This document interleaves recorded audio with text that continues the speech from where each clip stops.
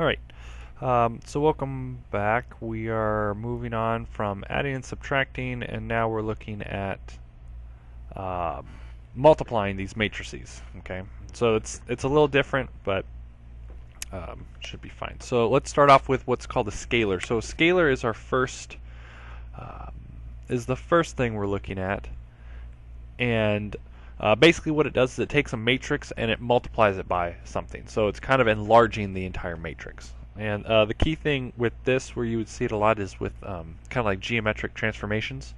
And if you were to take, if it's a 2 by 2 box and you wanted to make it larger by 3 times, you would just multiply it. So it would just be, instead of a 2 by 2 box, it'd be a 6 by 6 box. Okay, so that's what the scalar does. So here you would just multiply whatever the number is on the outside, and you would distribute it, give candy to every part on the inside. So it'd be 6 times 4, 6 times 5, 6 times 3, 6 times 2.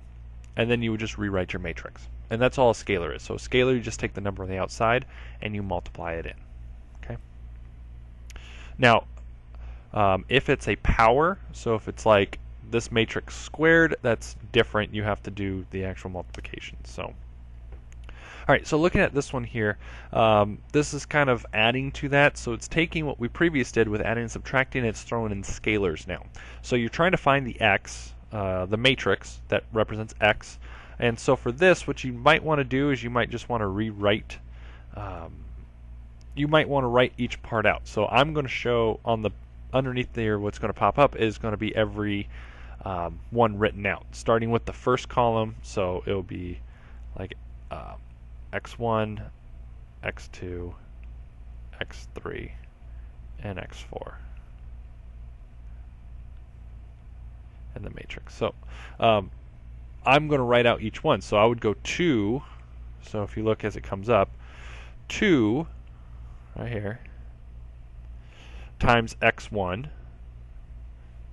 plus 3 times 3 equals 15. And then it's 2 times x2 plus 3 times 5 equals 11. And then 2 times x3, 1 and 7, and so on and so forth. And then what you would do is you would solve each one of those for x. Just, it's basic algebra, solve for x. And then when you can find x for each one, so like the first one would end up being about, 2x plus 9 equals 15. So move the 9 over, getting you 6. 2x is equal to 9, which is 3. And so then you would find each one and solve it. And then once you've solved it, you just put them back into the matrix of where it would be. So basically what this is you're taking and you're making 4 separate equations, solve each one, and then put them in the right spot. It's nothing more difficult than just solving an equation.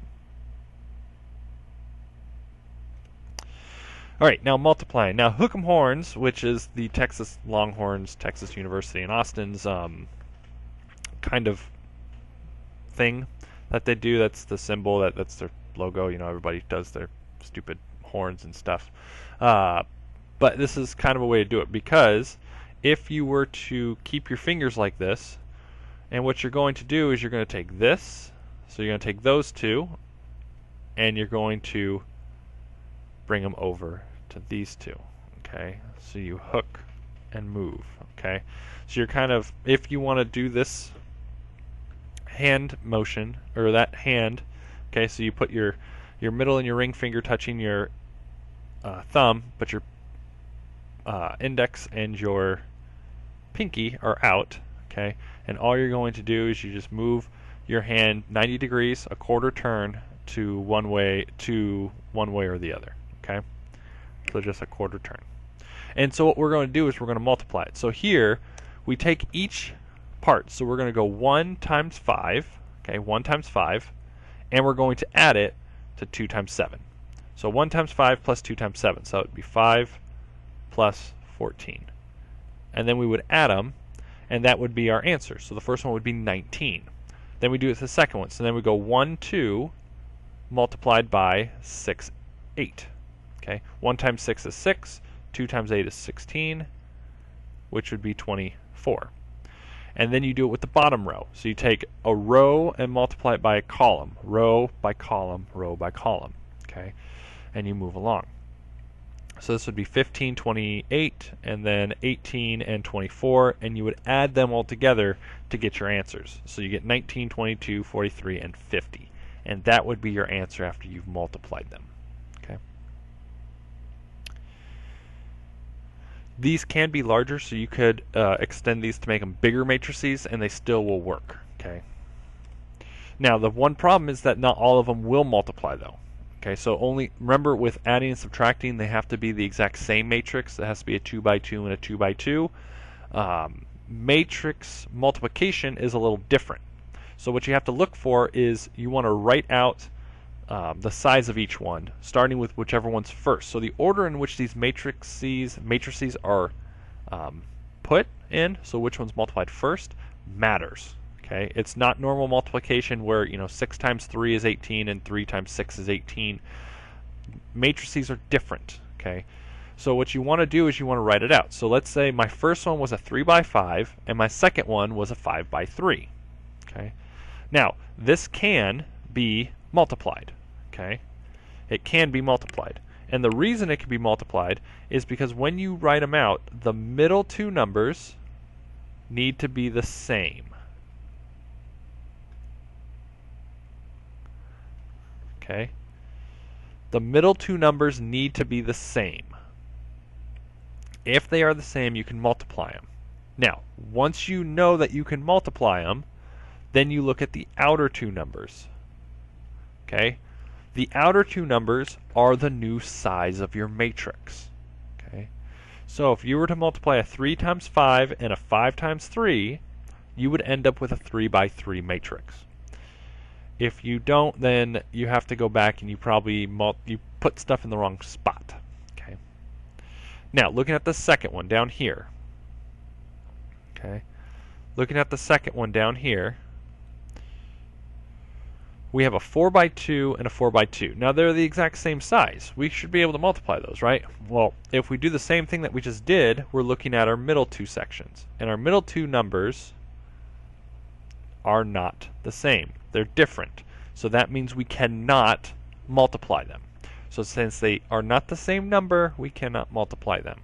Okay? And so all you would say would be unable to multiply, not possible, cannot multiply, something like that. Okay? You can't multiply those two together. Okay? Because if you were to try to use the multiplication method, it won't work. Okay, now let's look at this last one. Okay, and let's do this as an example. So if we're taking this, we're going to take the first row and we're going to multiply it by each column. So it's going to be 1 times 1 plus 3 times 5. Okay, and then our next one would be 1 times 4 plus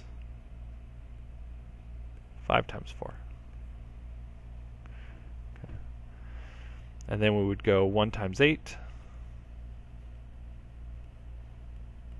plus 5 times 7.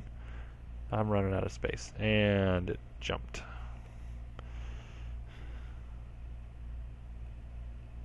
Okay. Okay. So we would do that for each one. So the top one, or the first one, looks like it's going to be about 16. Okay. The next one looks like it's going to be 24.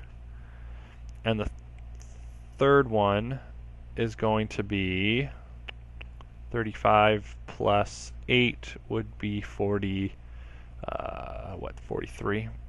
43. Okay. And I'm going to let you do the bottom one. If you want to do it, and you're just going to multiply it. But as you see, this was a 2 by 2. This was a 2 by 3. Okay. The middle numbers are the same, meaning we can multiply them, and we're going to be left with a 2 by 3. 2 rows, 3 columns. Okay. Here's your IRAT. I want you to multiply each one of these. Okay. And make sure you have the right size for each one. So the first one's a 2 by 2. It's going to be your outcome. And the second one's going to be a 1 by 2.